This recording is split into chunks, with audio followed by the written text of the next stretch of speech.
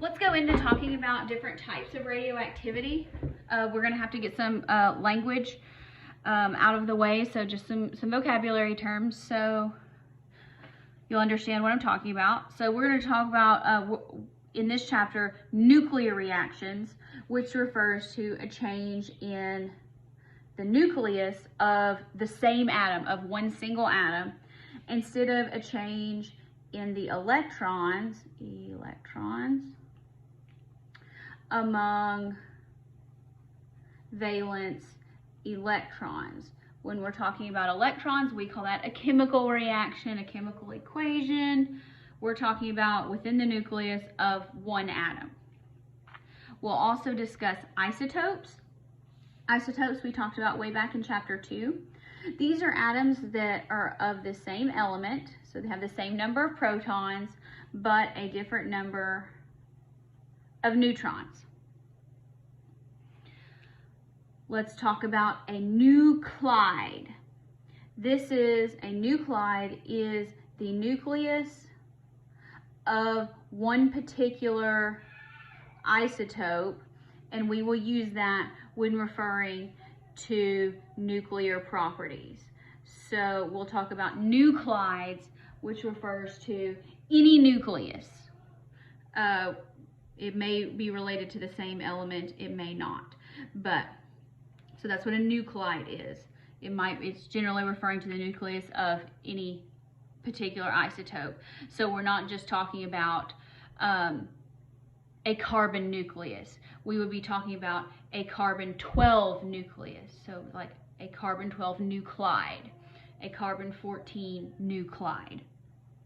Or we could say all carbon nuclides. So that would be the nucleus of each of the different carbon isotopes. Now, any nuclide, no exceptions, that have 84 or more protons are considered radioactive. Radioactive means they're going to disperse radioactivity because they are unstable. So they're unstable, so they're going to undergo some sort of nuclear reaction to try to stabilize themselves. The types of radiation that we're going to be talking about, there are 5 of them. We will be talking about alpha decay, beta decay, gamma ray emission, positron emission, and electron capture. Just write these down. We're going to talk about them in detail shortly.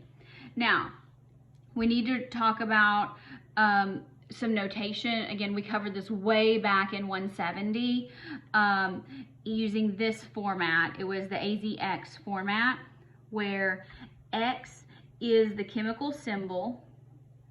That's what's on the periodic table, that abbreviation from the periodic table. So capital C for carbon, capital U for uranium, capital M, little g for magnesium, that's from the periodic table. A is the mass number, so atomic mass. So mass number, remember, is protons plus neutrons. And then Z refers to the atomic number, which is the atomic number is the number of protons. That should all be a review. You've seen it before. Now, in nuclear chemistry, we also care about neutrons because neutrons are also in the nucleus. So we will use the capital N as our abbreviation for neutrons. And so the number of neutrons in an atom equals the mass number, so the atomic mass, minus the number of protons. You can figure that out. You are smart people. Now, we also will be using symbols for protons, neutrons, and electrons. So a proton, instead of a chemical symbol, it'll be a little p. A proton has a mass of 1. And here we're going to be instead of the number of protons, this is going to represent the charge. So I usually like to put a +1 so that I know I'm talking about charge. You can just leave it as a 1. You don't have to include the positive sign if you don't want to. I find that important. And then, so a neutron, lowercase n, because if this were a capital P, it would be phosphorus. But neutrons have a mass of 1 and they have no charge. An electron is a little e. Electrons, for all practical purposes, have no mass, and they have a charge of -1. So, moving on, more things having to do with the language. Well, let's talk about nuclear equations. So, nuclear equations are like chemical equations, only they deal with a nucleus. So the left side of the equation is still going to be what you consider your reactant side. And it is going to be what we call the parent, or your original nucleus. So we'll call that the starting nucleus. And then when you have the right side of the equation, traditionally the products,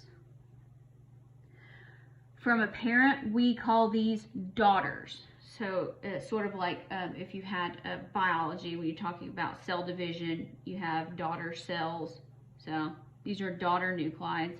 So that would be the new nucleus that is made, and it would also have any radiation particles that are emitted. Now remember that atomic numbers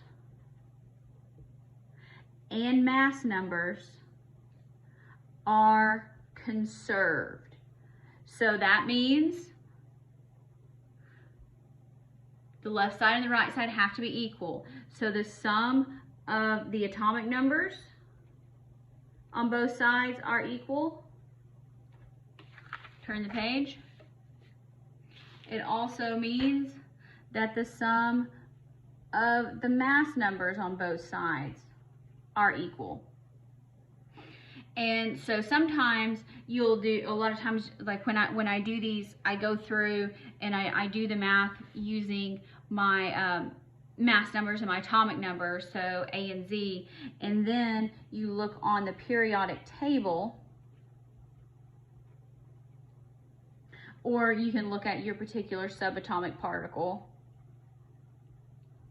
and that way that would identify any new unknown X. So it might be an element, it might be a type of radiation.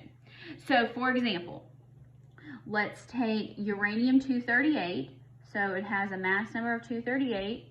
Uranium on the periodic table has 92 protons. I'm looking for my periodic table. I don't have it in front of me right now. But, so, let me go grab it.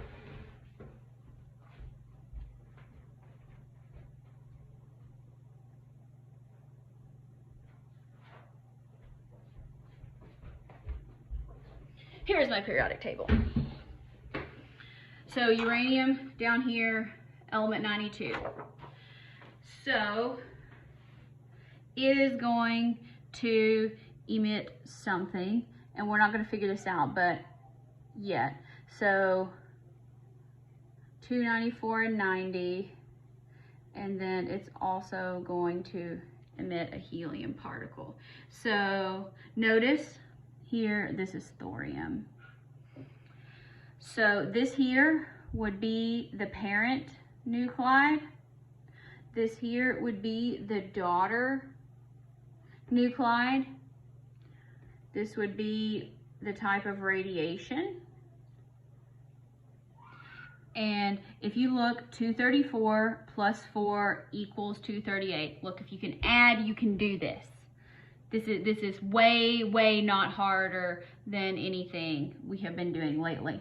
So 92, 90, and 2. They add up, and then you can use your periodic table. Remember, I like to look at the atomic numbers. I find that easier, you know, to identify, because when you look at thorium, if you look at its mass number, that says 232. Well, it's just 234. So this is an isotope of thorium. Now,